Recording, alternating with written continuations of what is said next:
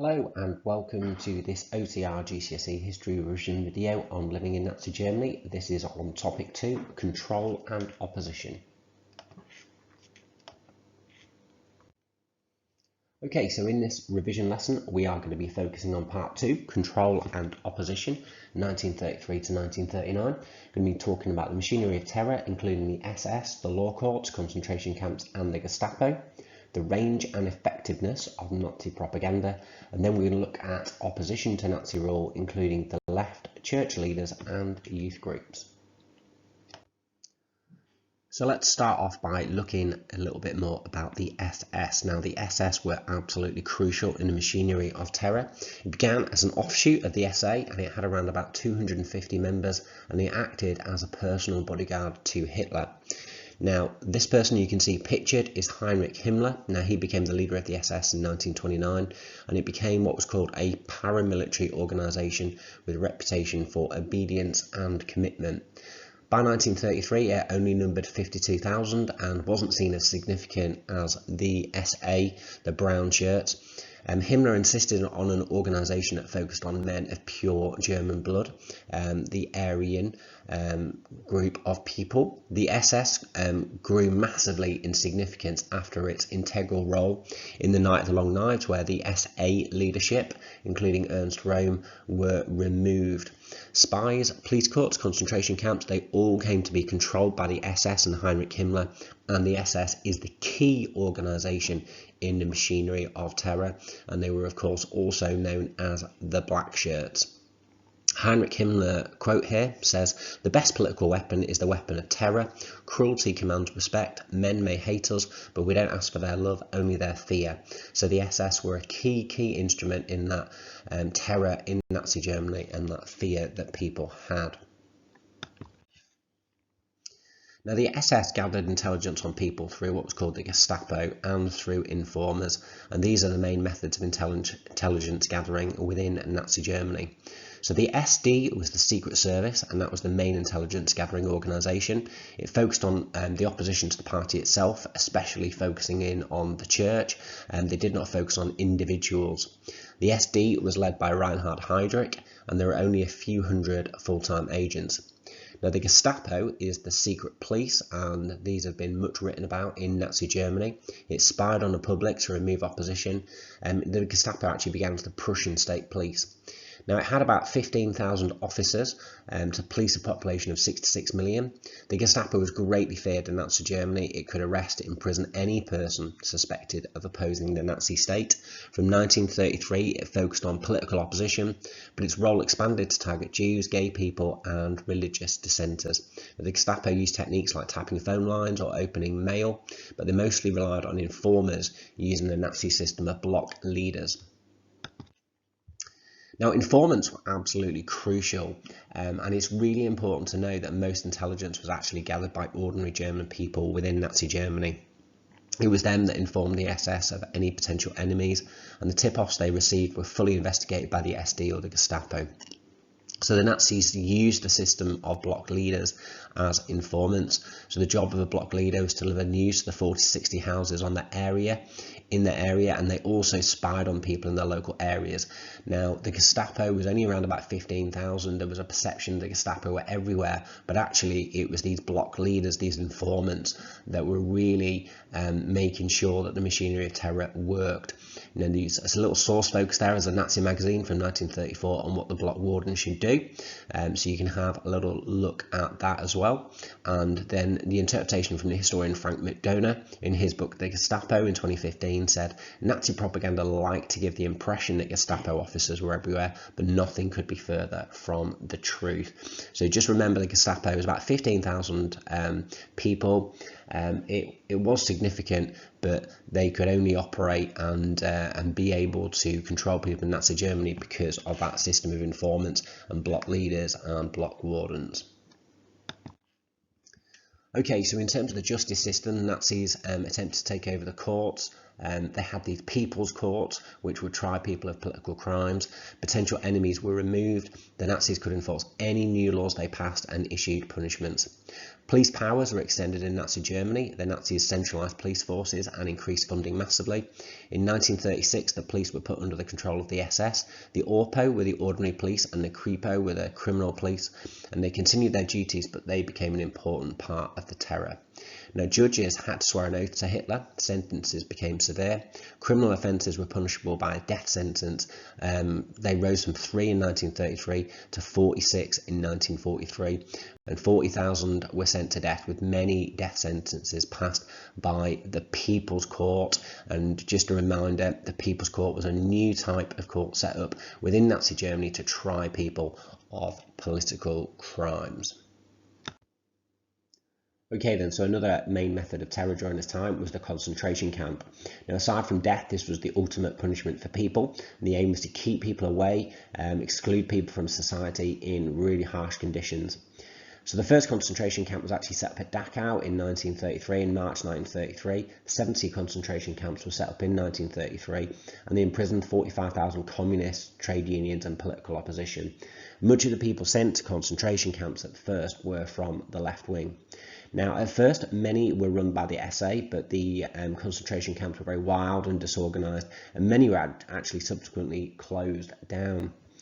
In terms of later years, in June 1933, Theodor Eicke, who you can see pictured there, was appointed to run Dachau and bring order to the concentration camps.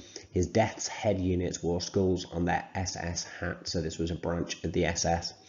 In 1937, and this was a really important turning point in the concentration camps, Heinrich Himmler said that guards could not be imprisoned for extreme actions, and this therefore meant the number of deaths in concentration camps went up. Essentially meant that the concentration camps, the SS officers in the concentration camps could basically do what they liked.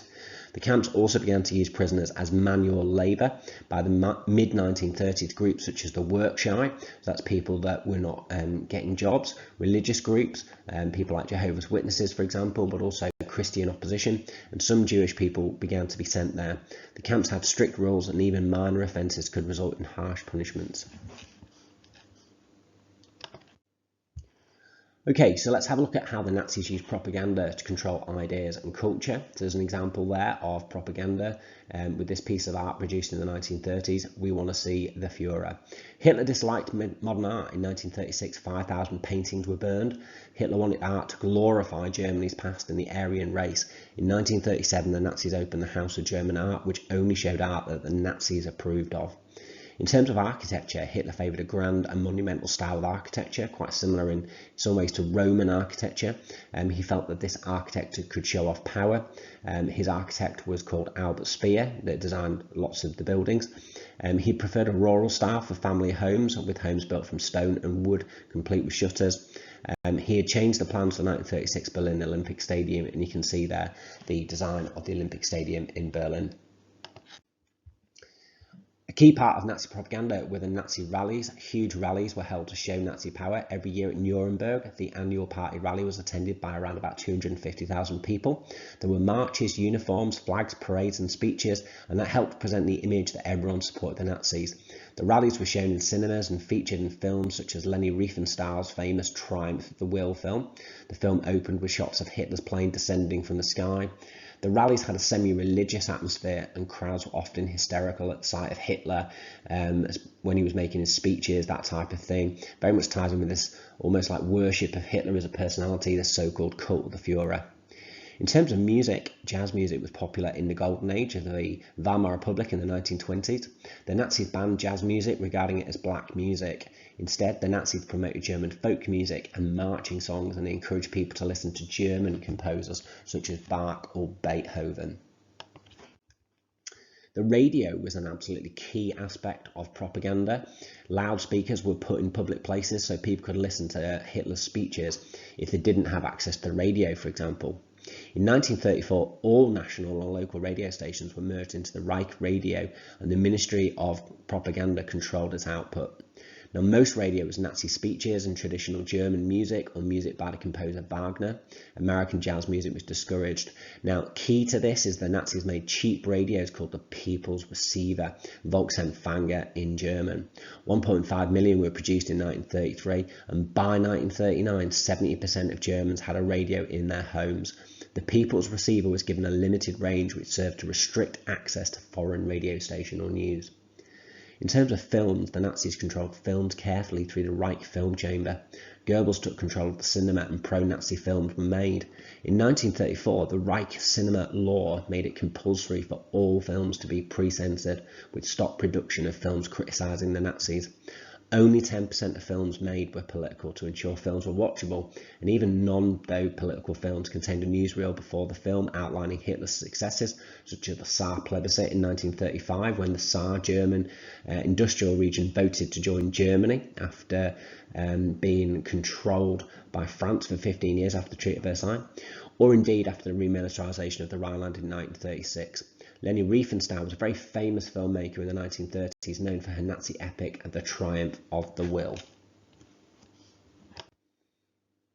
In terms of newspapers, the Nazis took control of newspaper and closed down opposition newspapers. By 1939, they owned 2/3 of all German newspapers and magazines. Now, the Nazis had their own newspapers, including the sensationalist Der Stürmer, the Stormer, and that printed anti-Semitic rants and cartoons. So this is all about propaganda being used to control people. The Nazis also controlled the content of newspapers. The so-called editor's law meant that editors were personally responsible for the content of their media. All Germans were forced to join the Reich Association of the Press. Goebbels issued regular updates of what could be published. Now, in 1936, the Olympics were held in Berlin, and this was used for propaganda. Olympic flags and swastikas covered Berlin in a new 100,000-seater stadium. Anti-Semitic signs were actually taken down, and German newspapers toned down their stories, and that was known as the Olympic pause. The Olympics in Berlin promoted Aryan superiority, with the nearly all Aryan German team winning the most medals in the Olympics. So here's just some examples of Nazi propaganda for you just to see. You've got obviously the emphasis on Hitler and this so-called cult of the Führer, and you can see obviously the emphasis on things like family life, the Aryan race, for example. Okay, so it just gives you that sense of what the propaganda was like. So propaganda absolutely key in the Nazis being able to control Germany during this time. Okay, so the last bit we'll look at is opposition to Nazi rule. Now, in the early years of the Nazi regime, the strongest opposition came from the Social Democrats and the Communists, the left wing. And obviously, as a reminder there of some of the election results where you can see that the Social Democrats and Communists had lots of support. Even in March 1933, combined together, they had 201 seats in the German parliament. Now, in terms of the Social Democrats, many Social Democrats fled the country in the wake of the Nazis coming to power, but many remaining Social Democrats formed resistance groups, with the largest in Hanover having over 250 members. These groups worked in the industrial areas of large German cities, producing anti-Nazi leaflets and posters, and many of these were cracked down upon. 1,200 of these resistors were arrested by the Gestapo in the Rhine-Ruhr region, for example. In terms of the Communists, they were much more active than the Social Democrats, with meetings, propaganda and newsletters. They had a newsletter known as the Red Flag that produced 10,000 copies a month. Many Communists were arrested by the Gestapo. Now, very famously in 1939, one communist and trade union, George Elsa, attempted to kill Hitler. He planted a bomb in a hall where Hitler was due to give a speech. He was caught, sent to Dachau, and then executed after 5 years. So just honing on George Elsa in a little bit more detail, he planted a bomb in the Burger Braukeller in Munich in November 1939. The plot only failed as Hitler left the hall 13 minutes before the bomb exploded, but the bomb actually killed 8 people and injured 62. Elsa was sent to the Dachau concentration camp and was executed in April 1945. And in 2015, a German filmmaker made a film called 13 Minutes, which is an example, of course, of a historical interpretation. Now, one of the key groups that opposed the Nazis between 1933 and 1939 was the Christian Church. Germany was a Christian country with around 1/3 of Germans being Catholic and around 2/3 being Protestant. There were around about 22 million Catholics and 40 million Protestants. Jewish people made up around 1% of the population. Many Germans regularly attended church, and Hitler knew the Christian Church could oppose him, and he wanted to gain control of it. In terms of the Catholic Church, in 1933, Hitler made an agreement with the Catholic Church called the Concordat, or the Reichskonkordat. In it, the Catholic Church promised not to interfere in politics, and the Nazis promised the Catholic Church would be independent. Catholic bishops took an oath of loyalty to the Nazis. Hitler broke his promises, with Catholic priests being intimidated and arrested. Catholic youth groups were taken over by Hitler youth groups, and Jewish teaching in the Old Testament was banned. Okay, in terms of the Protestant Church, around 40 million Germans belonged to Protestant churches. The Nazis tried to bring all the Protestant churches together in a so-called Reich Church, which was led by Bishop Ludwig Müller. The Reich Church supported the Nazis with church services beginning with Heil Hitler, and the slogan was "the swastika on our chests and the cross in our hearts." Now, many Protestant pastors, which is a German word for priest, refused to swear an oath of loyalty to Hitler. By the end of 1934, 6,000 German Protestant pastors left the Reich Church and joined the non-Nazi Protestant Confessional Church. It's known as the German Confessional Church, and the founder was a man called Martin Niemöller. Jehovah's Witnesses were persecuted, with 1/3 of them being killed in concentration camps. Jehovah's Witnesses refused to do the Hitler salute or serve in the army. Now, the Nazi focus on their so-called cult of Führer and this almost worship of Hitler as an individual, with Mein Kampf almost like the Bible of Nazism, made Nazism almost a religious movement. Nazi ideas of war, violence and prejudice were at odds with Christian values of peace and compassion. Much opposition from the church, however, came from individuals like people like Martin Niemöller or Bishop Galen, for example, who we'll talk about in a minute, or people like Pastor Paul Schneider, rather than the church as an organisation. So in some ways there was quite little opposition from the church. This is because some church leaders supported the Nazis and some opposed them, but most were indifferent and wanted to keep religion and politics separate. Now, the Nazis actually supported moral values and the importance of marriage and the traditional family unit. And that meant that some people within the church found some of those aspects of Nazism appealing. Most church leaders wanted to protect the church, and the Nazis did make initial promises to protect the church. The churches were also, in 1933, felt more threatened by communism, which is anti-religion. For example, during the Russian Revolution, the communist Russian Revolution, the Christian church had been shut down. Just a reminder there about some of the opposition from Pastor Martin Niemöller as well. Okay, now, Bishop von Kalen was the Catholic Bishop of Munster, and he initially supported the Nazis, and we will find out a bit more about him during World War II as well, because he becomes increasingly important then. But in 1933, there were SA and swastika flags at its consecration as bishop, as he initially supported the Nazis, but by 1934, his sermons were criticising Nazi policies due to its racial policy. Now, the Gestapo was sent to question Galen, but he was seen as too high profile to remove from power or prosecute, so he was able to continue to resist. Dietrich Bonhoeffer argued that true religion was standing up to wrong. He trained priests, but the Nazis closed his college in 1940, stayed in Germany to oppose the Nazis and help Jewish people escape. He was arrested and executed in 1945, and again his opposition was more high profile during World War II. But it's just worth mentioning these two in the 1930s as well. Now, Pope Pius XI was the leader of the Catholic Church, and he was the one that signed the Concordat with the Nazis in 1933. And this is a really significant moment because in 1937 he spoke out against the Nazis, and he wrote a letter called With Burning Anxiety, which smuggled into Germany and read out as a sermon in all Catholic churches on Palm Sunday. Now, that was the Sunday of the year that always had the largest congregations. The letter condemned Nazi ideology, and the very next day the Gestapo raided every Catholic church and seized copies of the letter, led to the Nazis intensifying their actions against the church. Paul Schneider was the first priest to be murdered by the Nazis. He was a small-town Protestant pastor who began to preach against Nazi church policy in 1933. He joined the German Confessional Church, remember that was set up by Pastor Martin Niemöller, and he was arrested in both 34 and 35. He was warned to stop his protests but continued, and in 1937 he banned parishioners who were Nazis from attending his church services. He was imprisoned at Buchenwald concentration camp and murdered by lethal injection in 1939. So Jehovah's Witnesses were unwilling to comply with the Nazi state. They refused the Hitler salute and refused compulsory military service due to their pacifist beliefs. Many Jehovah's Witnesses began writing anti-Nazi leaflets, and it led to the Gestapo creating a special unit to combat them. And by 1939, 6,000 had been imprisoned in concentration camps. And Pastor Martin Niemöller was a World War I hero and a Protestant pastor. He refused to join the Reich Church, and he was the one that established an alternative non-Nazi confessional church. By 1934, 6,000 pastors had joined, leaving only 2,000 left in the Reich Church. This is a really significant aspect of opposition. Niemöller and the confessional church preached against Nazi racial policy, and over 800 pastors were arrested and sent to concentration camps. Niemöller was sent to Sachsenhausen and then Dachau, and he survived the concentration camps. Now, the Young Communists, the Communist Youth Federation, was banned in Germany, but young communists continued to meet in secret. They disguised their meetings as unpolitical activities, such as hikes in the countryside. The communist gangs known as Mutin were common. For example, in Leipzig, 1,500 joined Mutin in opposition to the Nazis.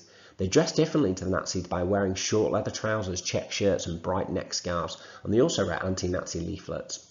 So in 1933, there were 2.5 million members of Christian youth organisations in Germany. These were banned as the Nazis only wanted people to be part of the official youth groups. Other examples of youth opposition include the swing kids. So the swing youth were mainly middle-class young people who listened to jazz music. The boys grew their hair long, girls wore makeup. They met in bars and houses. They were not actively involved in politics, but they did follow American fashions, music and culture. Some members were arrested and sent to concentration camps. So they were seen as sort of like culturally in opposition to the Nazis. Himmler saw the group as dangerous, so he personally wrote to Reinhard Heydrich asking the Gestapo to deal with them. Many were arrested and sent to concentration camps. Okay, the Edelweiss Pirates were a rebel youth group popular amongst the working class. They picked fights with the Hitler Youth and listened to jazz music. They wore clothes like check shirts and white socks, which the Nazis didn't approve of. During World War II, they had 2,000 members.